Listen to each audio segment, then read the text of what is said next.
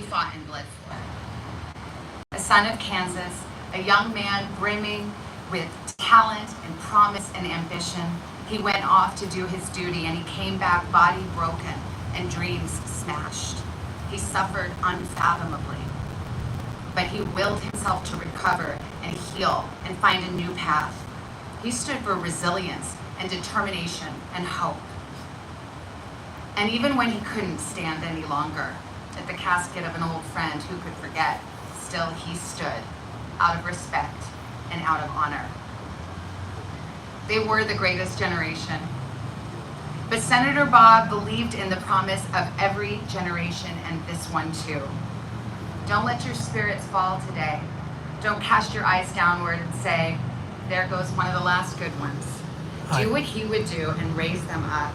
Believe in the promise of this country and the goodness of its people. In these divided times, you may say, that is not easy to do. But easy isn't what is asked of any of us. Bob Dole once called himself the most optimistic man in America, and if he could be, then surely we can too. What an extraordinary life. And to the love of that life, dearest Elizabeth, I know how deeply you grieve your beloved, how sweet was the company you kept for nearly 50 years, how you will miss the humor and charm of your dearest companion. I also know of your deep faith and of his, and that connection between you is eternal and unbroken. It is how you will hold hands with him until you meet again. Over the summer, I called to wish the Doles a happy birthday. They're both July babies. This is a TV and I was just about to leave for woman. Tokyo to cover the Summer Olympics. Senator Bob told me, keep your eye on the quarter miler, his old track event, the 440-yard dash. 98 years old, long confined to a wheelchair, he still remembered his best time. That Kansas racetrack was not far from mine. Savannah something. As I thought about that this week, the old scripture came to memory, 2 Timothy 4:7. For I have fought the good fight, I have finished the race, I have kept the faith. Bob Dole finished his race. He fought the good fight. He kept the faith. And now I imagine him in the heavens, no longer limited by his earthly wounds, able to run again with speed and lightness and grace. Or maybe, better yet, to rest in peace and satisfaction for a life well lived. Thank you, Senator Bob, and thank you, Senator Elizabeth, for the honor of knowing you. To dear Robin and the extended Dole family, my deepest condolences, and thank you for the privilege of a lifetime to speak here today. And now, I'll introduce a great friend of Senator Dole's and a great friend of this museum and this place, Mr. Tom Hanks.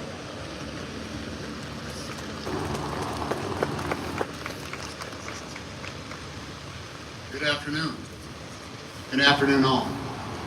All of us assembled. Senator, one of the two senators. Which senator called? Senator Dole.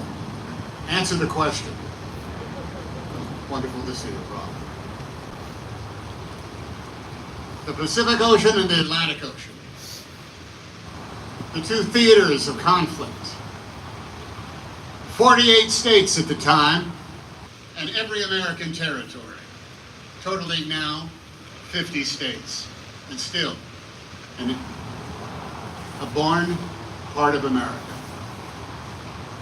To appreciate the life and the accomplishments of Bob Dole, simply look around at where we have gathered today at this national memorial to the Americans who gave their lives for the common good and the common cause of saving the world from tyrants.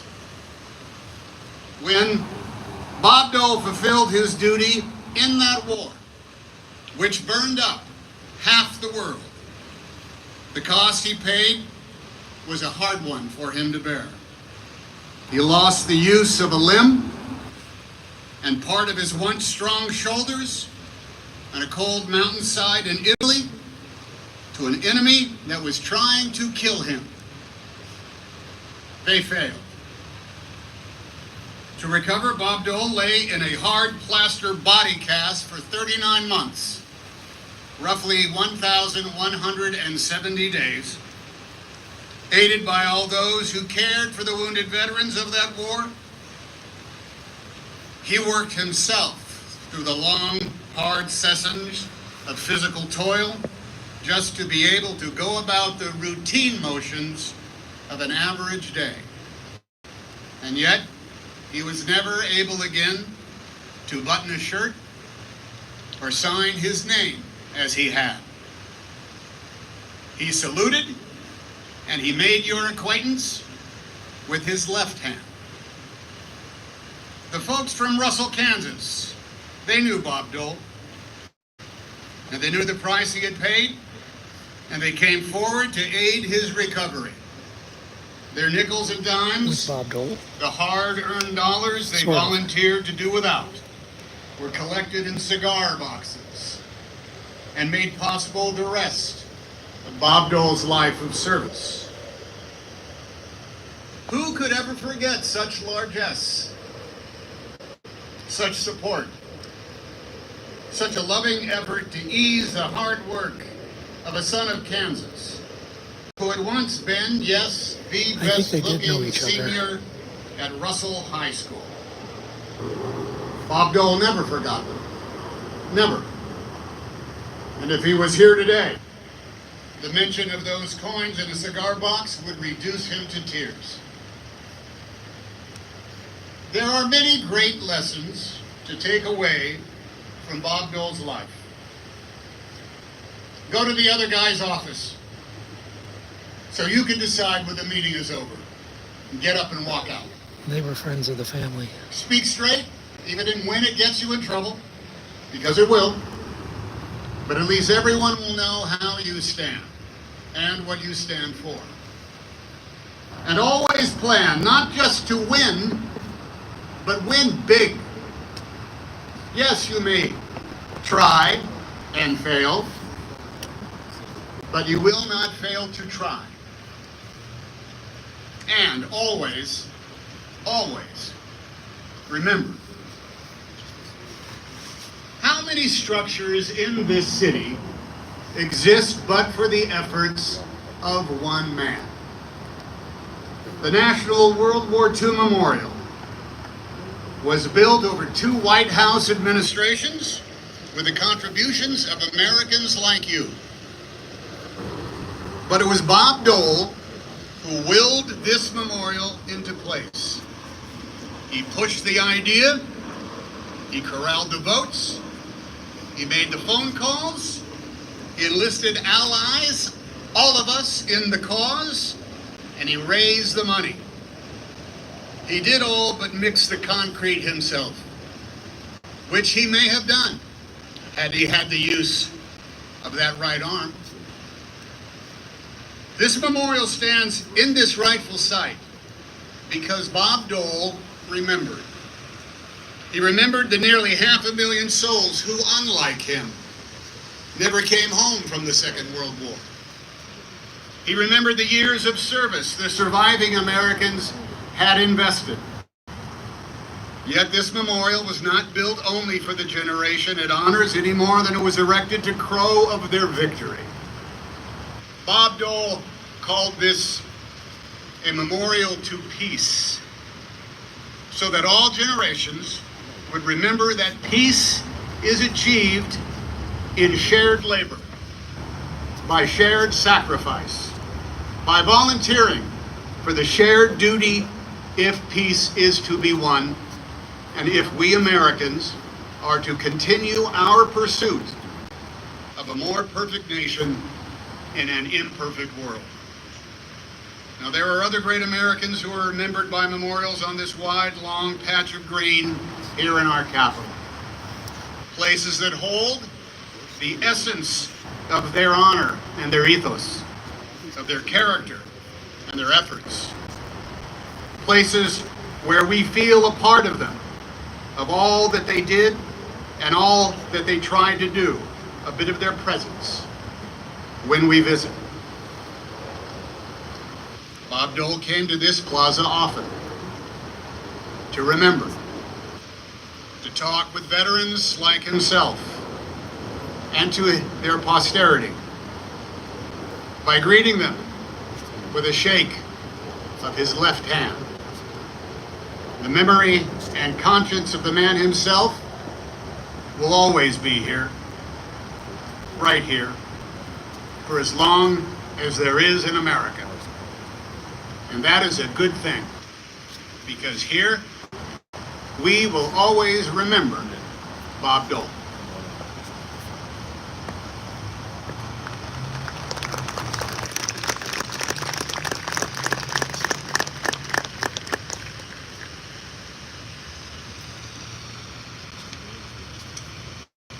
Senator Dole rose to the rank of captain during his time in uniform, and nearly 75 years later, he was conferred the honorary rank of colonel at this very memorial by our next speaker, the 20th chairman of the Joint Chiefs of Staff. I'm honored to introduce General Mark Milley.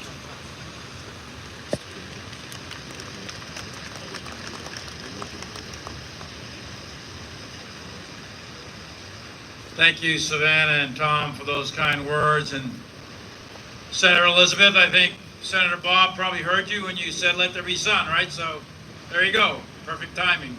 He heard your prayer. I want to welcome everyone here, and I want to particularly welcome anyone who served in the Second World War. Are there any World War II veterans here today? To your GPS.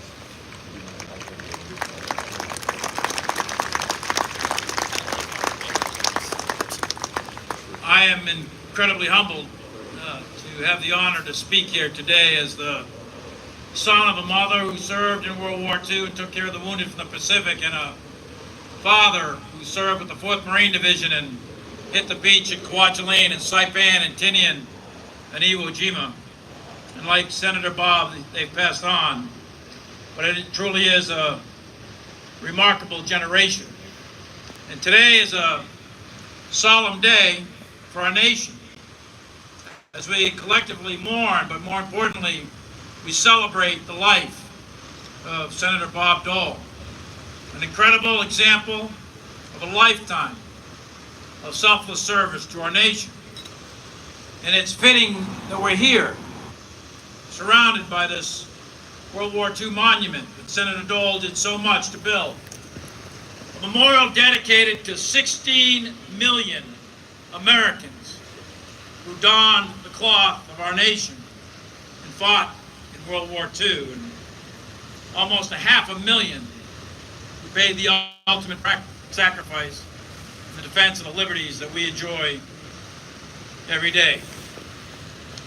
Senator Dole's commitment to this democracy was unwavering, a democracy that he died to defend, and he died just recently in order to give his life for this country.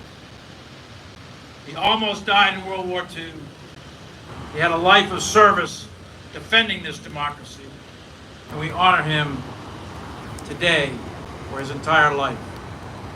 Senator Dole began his career serving the United States on the battlefields of Europe during World War II, as so many here know.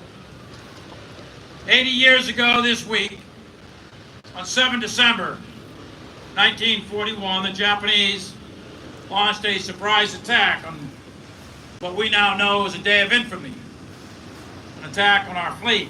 This is General Pearl Harbor. Wiley. Senator Dole was just a humble kid from Russell, Kansas, whose family had struggled through the Depression, through the Dust Bowl. And on that day, on 7 December 1941, he was just a freshman in college at the University of Kansas. And like many young Americans, like you, like my mother, like my father, like many of our mothers and fathers, a surprise attack on the United States on that day invoked his patriotic spirit and began his journey to the hell of combat. Second Lieutenant Dole was assigned to the famous 10th Mountain Division. We are blessed today to have the commanding general of the current 10th Mountain Division here with us, along with his sergeant major. At the time, in World War II, the 10th Mountain was in northern Italy, No, fighting in the Apennine Mountains this reflects against his a age. fortified German defense known as the Gothic Not fully Line. drained yet. Bob Dole, Lieutenant Dole, Almost. was assigned to the 85th Infantry, and he was the platoon leader for 2nd Platoon, India Company, positioned near a small town of Aiano in northern Italy. India Company's mission was to attack and seize Hill 913, a small hill located just to the northwest of the town. And that hill it was the dominating feature and covered the terrain at the mouth Hanks of the met valley. Dole while they were building this The U.S. forces monument needed to and cross. Saving Private Ryan. They worked together Company, to raise including funds for this monument. Second Lieutenant Dole and his 2nd Platoon, commenced the attack in the early morning hours of 14 February 1945, less than 30 days before VE Day, celebrating the Hanks end left of already. the war in Europe in May. After only going a short distance, one of the men in front of the column in Lieutenant Dole's platoon stepped on a landmine, triggering an explosion that shattered the stillness of the morning. The world exploded around Lieutenant Dole and his company as machine guns began to fire and grenades and mortars Do you guys filled want the to see air Bob as Dole's casket? It's German behind me. soldiers, concealed in their defensive position, opened fire on the 10th Mountain. The company commander called Lieutenant Chief of Dole and Staff Miley. told him to continue the attack. He gave his platoon the mission to take out the German machine gun nest. Lieutenant Dole assembled the assault squad and positioned the rest of his men forward to provide covering fire. He was 21 years old. He and his soldiers attacked without hesitation, His casket's led by the lieutenant, Lieutenant Bob Dole. Initially crawling on their bellies Right through an over open there. field, His casket. and then rushing forward up a hill toward the enemy machine gun. As they closed in on the German position, the German fire intensified, and many of the soldiers in 2nd Platoon were wounded or killed. Lieutenant Dole looked The around hat him. on the left. He Hanks. looked for his radio man, his RTO, Private Sims, and he saw him a short distance away, slumped over, not moving, still clutching his radio. Lieutenant Dole scrambled across the dirt where Private Sims lay. Lieutenant Dole think grabbed that's- him by the shirt and began to drag him toward the relative safety of a nearby bomb crater. On the far left with the hat. They hadn't moved more than a few Next to the feet Ranger. when an enemy machine gun and shrapnel from an exploding mortar round tore into Bob Dole's back near his right shoulder. The impact No, brought it was him to the yesterday in the ground. Capitol. Today we're at the World War He II was very Memorial. badly wounded. His right arm and shoulder were completely mangled. His spinal cord was severely damaged, and he was unable to move either his arms or his legs. Another soldier, Frank Carrara, reached out and dragged Lieutenant Dole, dragged him back behind a nearby stone wall, and thereby saved his life. Lieutenant Dole lay there, facing up in the dirt, not knowing whether he would live or die, unable to move as the battle raged around him. And he lay there for 10 consecutive hours before medics were able to reach him. Yeah, yesterday was the Capitol. India Company Today was the fought all through Washington the day, National Cathedral. and to the next day, And now they is finally this. took And when this Hill is over, he'll go 913. to Andrews Air Force Base and fly back In to the end, Kansas.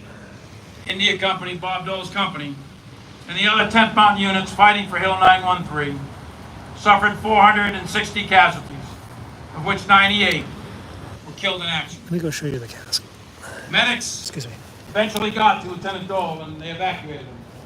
He left the battlefields of Italy and his war was over. But his fight was really just beginning. For months, he was largely confined to a bed, as Tom Hanks mentioned, in a full body cast. He fought blood clots and life-threatening infections. And he fought despair and hope. But just as he did in the dirt on Hill 913, Lieutenant Dole refused to give in. And as we know, he persevered. He healed. And he went on to distinguish himself in the service of his country this country many, many times over in both the House of Representatives and the Senate over a 35-year political career. After leaving Congress in 1996, Senator Dole didn't slow down. He didn't stop advocating for worthy causes.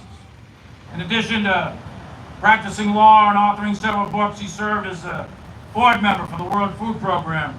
He served as the head of the Memorial Foundation for this memorial, and he raised millions of dollars to make this a reality. So today we're honoring a man of deep character and tremendous accomplishment, a long and impressive record of selfless service.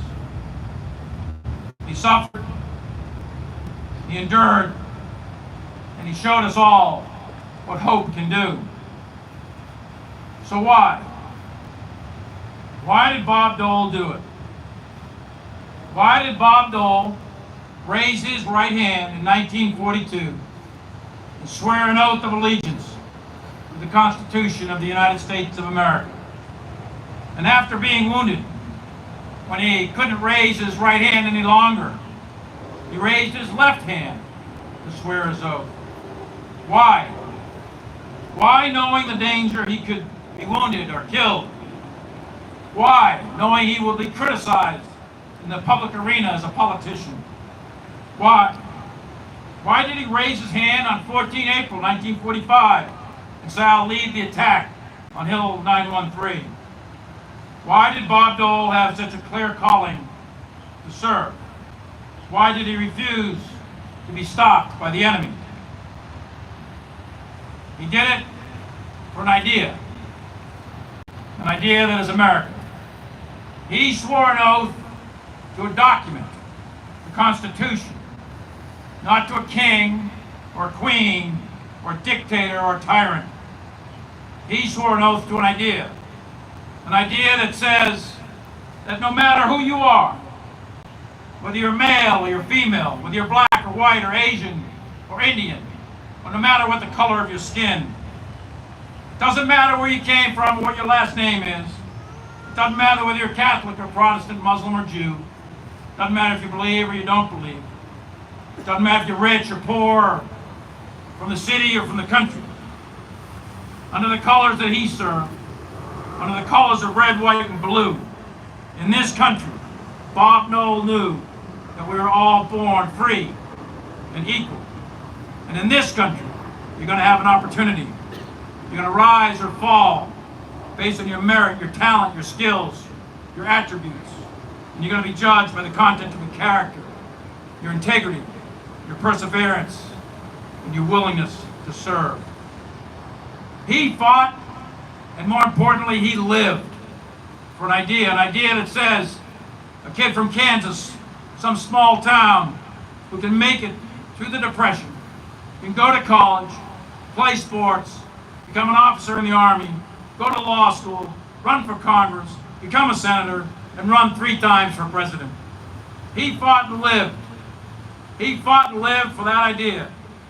And he built this monument to the other 16 million who fought and lived for that idea. When others would have given up, Bob Dole never did. When others saw obstacles, he saw opportunity. He continually raised his hand, mangled as it was, to support and defend the Constitution of the United States of America against all enemies, foreign and domestic. He served the Army, he served the state of Kansas, he served his political party, but above all, he served his country, and he served his fellow Americans. Bob Dole always put his country first. He was a great example of a selfless servant of this republic for which we stand. And we are all better off for the service of Senator Bob Dole. A member of the greatest generation, a statesman and a hero in every sense of the word. And may God bless him. May God bless Senator Elizabeth Dole. May God bless his entire family, Robin and the extended family. And may God bless the United States of America.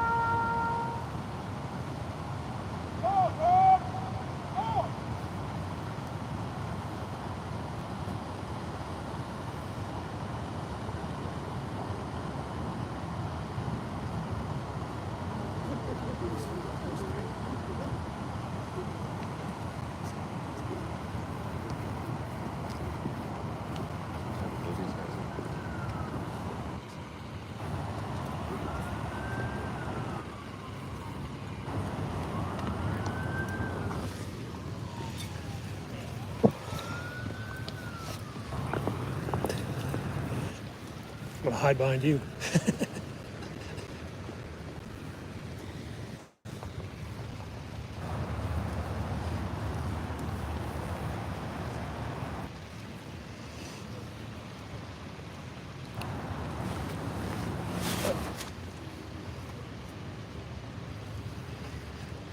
I think she's coming up over here.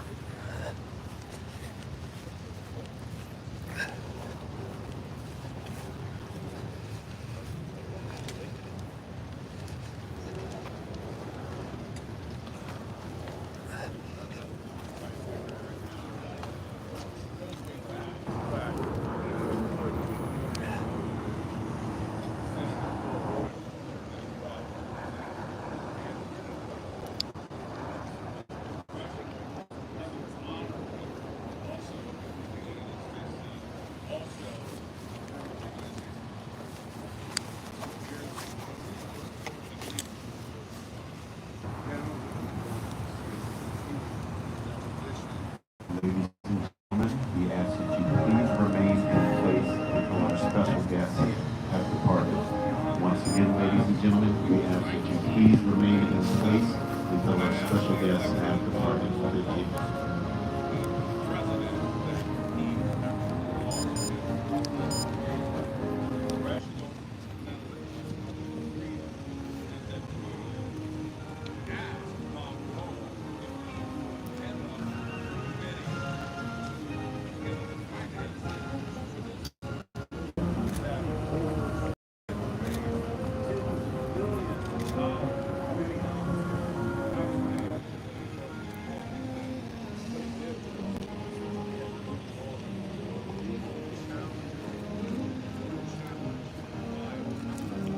Thank you.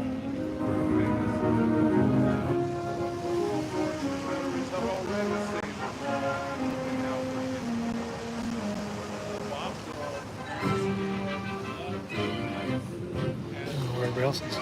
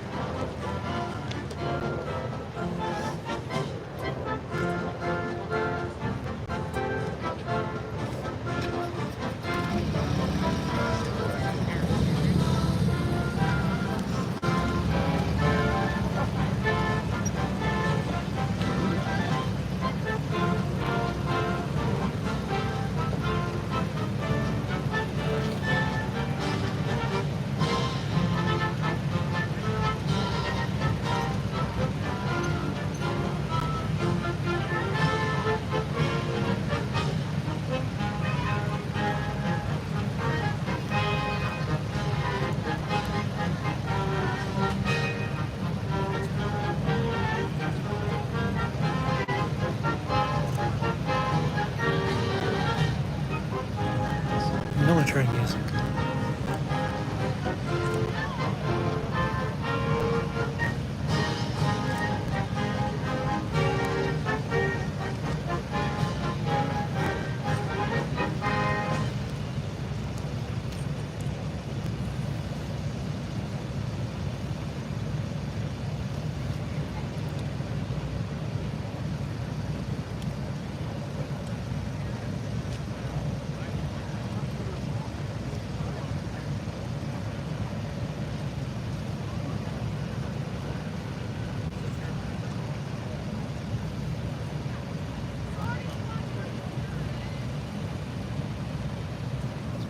street in San Francisco, in Kansas.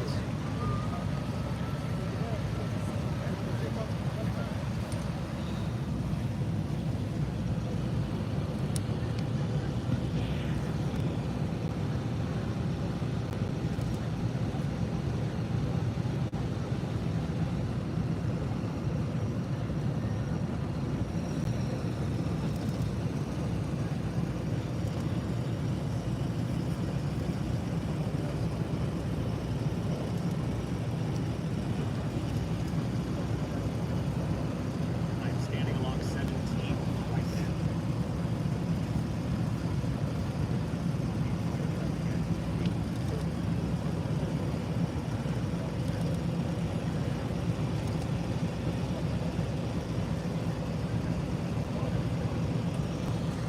The president was at a different ceremony earlier.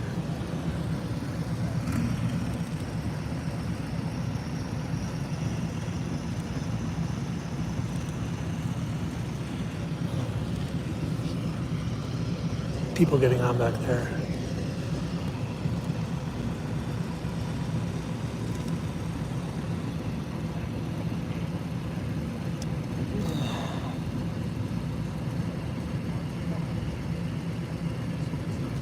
There's a bus in the back and people are getting on the bus.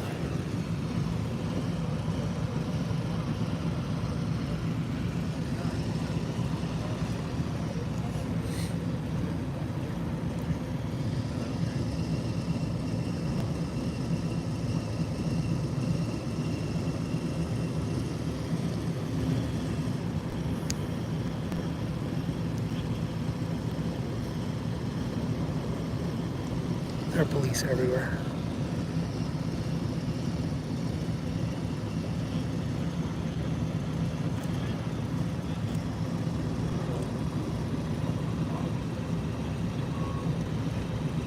Here we go.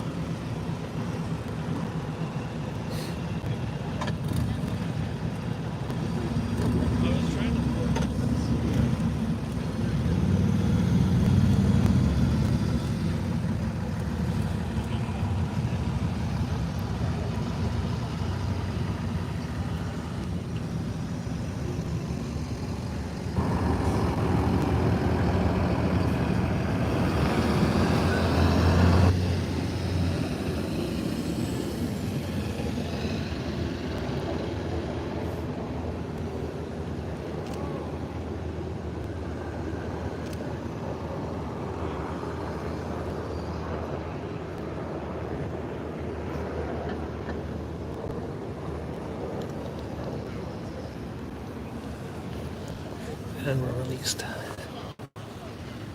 I don't know where Tom Hanks went. He might still be down here. I can walk down here. I mean, the president's stuff's still. I think they left all the big dignitaries.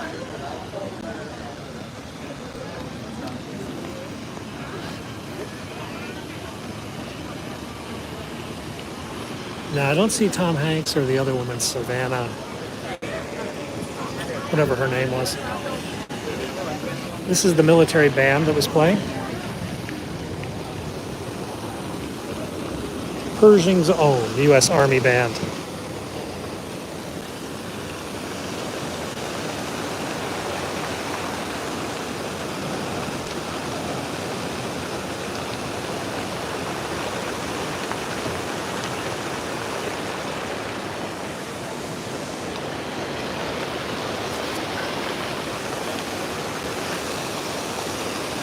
They put up some flowers.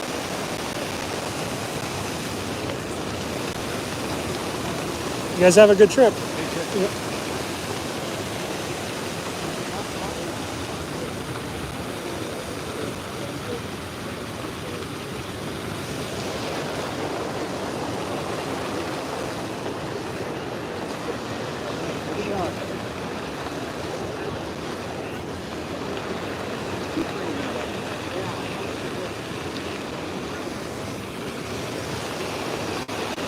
The flowers are over.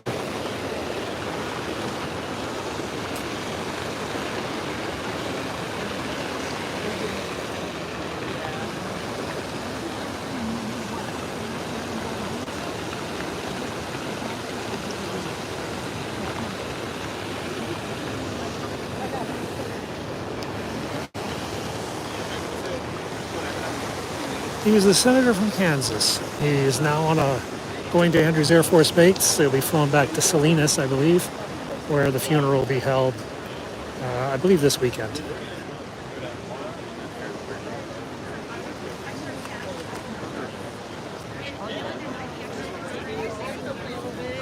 Okay, guys. So that was the scenes from down here. I've got a lot more video I shot today of motorcades, mega motorcades, making their way to the National Cathedral. And if you look at my channel, I even put a picture of a I'm going to sign off now and go get some lunch. But we'll have a video later tonight you can all watch. Thanks, and I will catch you all soon.